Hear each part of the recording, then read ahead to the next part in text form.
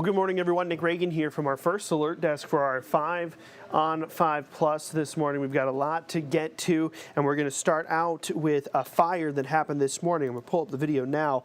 We are following this fire that we first told you about around 6:30 this morning.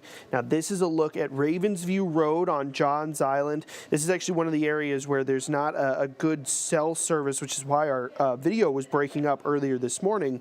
Now, according to dispatch, the call came in just before 5 in the morning, and the St. John's Fire Department responded. We know that this is a confirmed house fire, and the fire starting in the attic of the single-family home. Of course, we'll continue to update you with whether or not there are any injuries, the extent of the damage, and any further information as more details come in. The Isle of Palms Police Department has arrested a Charleston CEO after a traffic stop. This is Michael Giannone. He was charged with DUI on Friday. Giannone is the president and CEO of Blackbaud, a Charleston-based software provider. Now, the arresting officer conducted a traffic stop near Palm Boulevard and 10th Avenue when he saw a Mercedes SUV cross the white fog line and then failed to signal while turning. When talking to Giannone, the officer says he smelled the overwhelming scent of alcohol and had Giannone take a breathalyzer test, which he failed. Giannone has been released on bond. He's got a court date set for April 24th.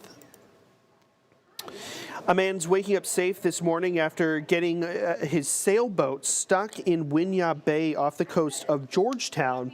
Early yesterday morning, a boat crew from the U.S. Coast Guard's Georgetown station was sent to help the boater, but they were unable to reach him. An air crew from Savannah was then called in and was able to make contact with the stranded boater. The man was taken to Georgetown County Airport and is listed to be in okay condition. Newly released body camera video reveals the moments convicted murderer Alec Murdaugh was arrested. More than 2 years ago, Murdaugh was arrested for the murders of his son Paul and his wife Maggie. The arrest happened outside a rehab facility in Orange County, Florida, back in October of 2021. The video shows deputies approaching Murdaugh outside of that building. Deputies allow him to finish his water before they handcuff him. While handcuffed, Murdaugh then asked deputies if he could take a prescription medication for an upset stomach. They do allow him to take that prescription. They hand him the pill and the water. He was later convicted of murder last year. His attorneys, Murdaugh's attorneys, say that they are currently working to appeal his conviction. But again, that new body camera footage from Murdaugh showing his arrest is something we hadn't seen just yet before. All right, well, let's take a quick look outside. As you can see, those clouds overhead. It is a cooler morning, but things are looking up the closer we get to the weekend. Let's go ahead and check in with our First Alert weather team right now.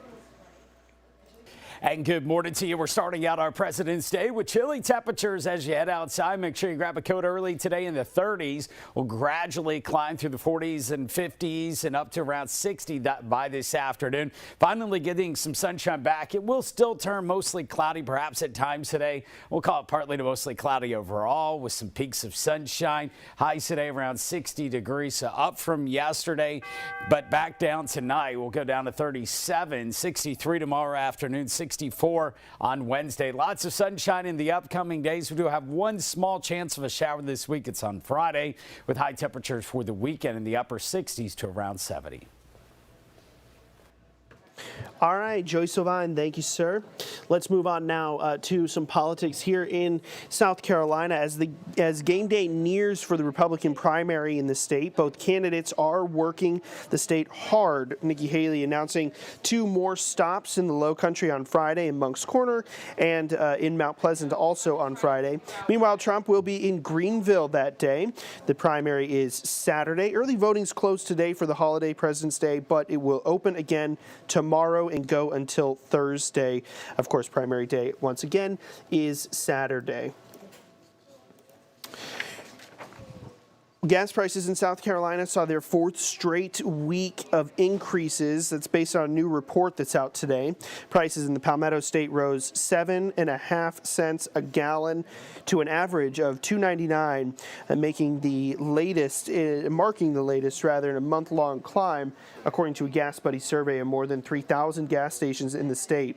Prices in South Carolina have risen 16.3 cents in the past month and stand at 2.9 cents lower than 1 year ago.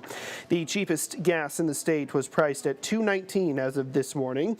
In the Tri-County, the cheapest gas was at a station in Charleston selling gas for $2.19 a gallon.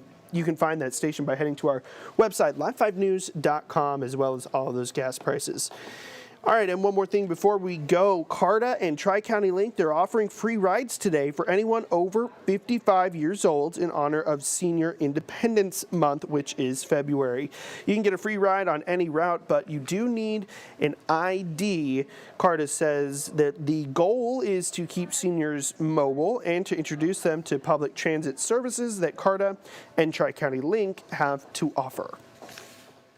All right, well, some good stuff there. If you're looking for a free ride somewhere, Tri-County Link and CARTA, they've got you covered today for that free ride. Just make sure, again, that you bring your ID. Well, that's a look at our top headlines here from our First Alert Desk. This has been 5 on 5 Plus.